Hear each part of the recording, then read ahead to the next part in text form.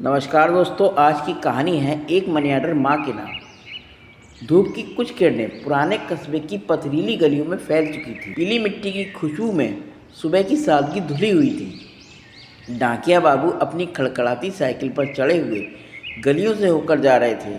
कांधे पर टंगा बैग कुछ भारी लग रहा था, लेकिन उनके चेहरे पर हमेशा की तरह वही सादगी और स्नेह की भरी मुस्कान थी। तभी मोड़ पर उन्होंने अम्मा को बैठे देखा। वही झुकी कमर, झुर्रीदार चेहरा और आंखों में एक अधूरी प्रतीक्षा की लौ। डाकिया रुक गया। अम्मा ने जैसे ही उसे देखा, अपनी धुंधली ऐनक उतारी, आंचल से उसे धीरे धीरे साफ करने लगी, मानो उस ऐनक से बेटे का चेहरा दिखने वाला हो। बेटा, पहले ज़रा बात करा दो। उनकी आवाज़ में उतनी ही मासूमियत थी जितनी किसी बच्चे के खिलौने मांगने पर होती है। अम्मा धीरे से मुस्कुराई।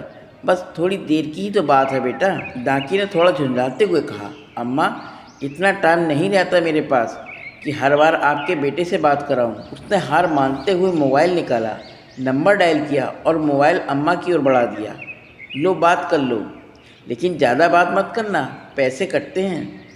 अम्मा का चेहरा खिल गया, जैसे सूखी ज़मीन पर बारिश की पहली बूंद पड़ी हो। फ़ोन कान से लगाकर उन्होंने धीरे धीरे बेटे की खैरियत पूछी। जवाब के हर शब्द पर उनके चेहरे की झुर्रियाँ जैसे थोड़ी और खुलती चली गईं। मिनट भर में जैसे पूरी ज़िंदगी जी ली हो। बात खत्म हुई तो डाकिये ने 100 के 10 नोट निकालकर अम्मा की तरफ बढ़ाए। पूरे 1000 रुपये हैं अम्मा। अम्मा नोट को गिनने लगी, फिर एक 100 का नोट अलग निकालकर उसकी तरफ बढ़ाया। ये लो, ये रख लो बेटा, हर महीने मेरी बात भी तो करवाते हो, कुछ तो खर्च होता होगा ना। डाकिये ने मना किया। अरे नहीं अम्मा, रहने दीजिए। लेकिन अम्मा ने जिद से उसकी मुट्ठी में नोट थमा दिया और देरी में लौट गई। डाकिया कुछ कदम ही चला कि कंधे पर किसी का हाथ पड़ा।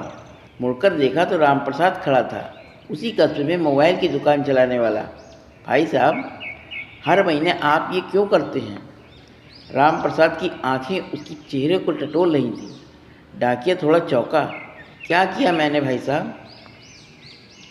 आप हर महीने अम्मा को अपनी जेब से पैसे देते हैं और फिर मुझे फ़ोन पर इनसे बेटे की तरह बात करने के लिए भी पैसे देते हैं, क्यों? डाकिया की आंखें झुक गईं, जैसे कोई राज अचानक सामने आ गया हो। थोड़ी देर चुप रहने के बाद उसने कहा, मैं पैसे उन्हें नहीं, अपनी अम्मा को देता हूँ। मतलब? डाकिये ने गहरी सांस ली। कुछ महीने पहले इनके बेटे की कोरोना में मौत हो गई थी। एक चिट्ठी आई थी उनके दोस्त की तरफ से। फिर आपने उन्हें बताया क्यों नहीं? नहीं कह पाया भाई साहब। इन आंखों में हर महीने उम्मीद दिखती है कि बेटा ठीक है और रुपए भेज रहा है। वो उम्मीद तोड़ना नहीं चाहता। लेकिन ये तो आपकी माँ नहीं है। डाकिया की आंखों में नमी थी। मैं भी हर महीने अपनी अम्मा को 1000 रुपये भेजता था। अब वो नहीं रही। शायद इन अम्मा के ज़रिए मैं अब भी अपनी माँ को कुछ भेज रहा हूँ। रामप्रसाद की आंखें भर आईं।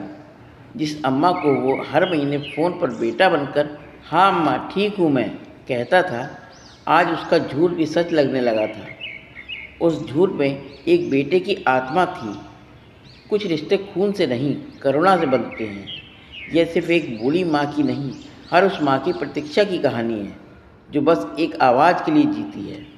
दोस्तों, ये कहानी कैसी लगी? अगर ये कहानी अच्छी लगी हो तो मेरे चैनल को लाइक करें, सब्सक्राइब करें और शेयर करें। धन्यवाद दोस्तों।